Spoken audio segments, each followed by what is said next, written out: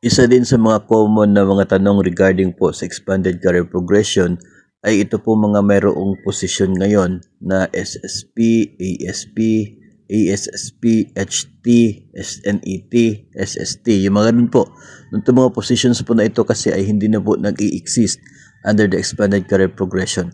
Kaya yung tanong po nila ay dapat ba na magpa-retitle muna bago sila papayagan for reclassification o kaya ay pwede na sila mag-apply directly for reclassification to the position na gusto po nila na 3 salary grade higher. So ang sagot po dyan ay depende, no? Depende. Una, kung sila, yung kanilang qualification ngayon ay qualified naman doon sa appropriate positions up to 3 salary grade higher, kung pasok sila yung kanilang requirements, anong QS, qualification standards, yung kanila pong performance requirements, kung pasok po sila doon, no? At sila po ay pwede na mag-apply for reclassification kahit po yung current position nila ay hindi pa existing o hindi nag-i-exist doon po sa expanded career progression. Basta qualified sila sa mga positions higher to them na doon na sa ECP, pwede sila mag-apply. Ngayon, kung sila naman po, sabi po dito, retitling may be applied if they do not meet the qualification standards and competency requirements for higher teaching or school principal positions. So kung ang mga holder ng positions na ito ay hindi qualified doon sa higher positions, no, na pwede nilang applyan, hindi sila pasok sa QS, hindi pasok sa performance requirements, kung hindi sila pasok doon, then yung option na pwede sa kanila ay retitling. Okay? Retitling ang option kung sila po ay hindi pasok, hindi qualified for reclassification. Kasi kung sa inyo po ay hindi kayo pinapayagan for recla, tapos pinipilit na retitle lang, para na rin nilang sinasabi na hindi kayo eligible, hindi kayo qualified to higher positions or higher salary grades.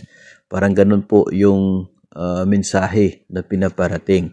Kasi sabi dito ay papayagan lang or option lang, no? Ito pong retitling na ito kung hindi ka qualified to higher positions. So, maraming mga tanong na katulad po nito natatanggap po natin kasi sa ECP, kung hindi ka magpa-retitle, hindi ka mapopromote, no, after dito sa transition period na ito, no, hindi ka mapopromote kung HT ka, head teacher, hindi ka mag-a-apply naman, hindi ka magpapa-retitle, so mananatili ka as head teacher. Pagkatapos sa transition period na ito ay wala, head teacher ka, so magtatapos yung serbisyo mo as head teacher for that position. Tapos kapag nag-retire ka na, yung position mo hindi naman yan pwedeng i-open for natural vacancy kasi hindi na nag-i-exist ang head teacher sa ECP. So i-convert na lang yan to teacher 1. No? Compared dito sa retitling, kung nagpapa-retitle ka ay yung HT1 mo equivalent to teacher 4 kung nagpa-retitle ka. So kapag nag-retire ka, yung teacher 4 pwedeng i-open for natural vacancy kasi existing siya sa ECP.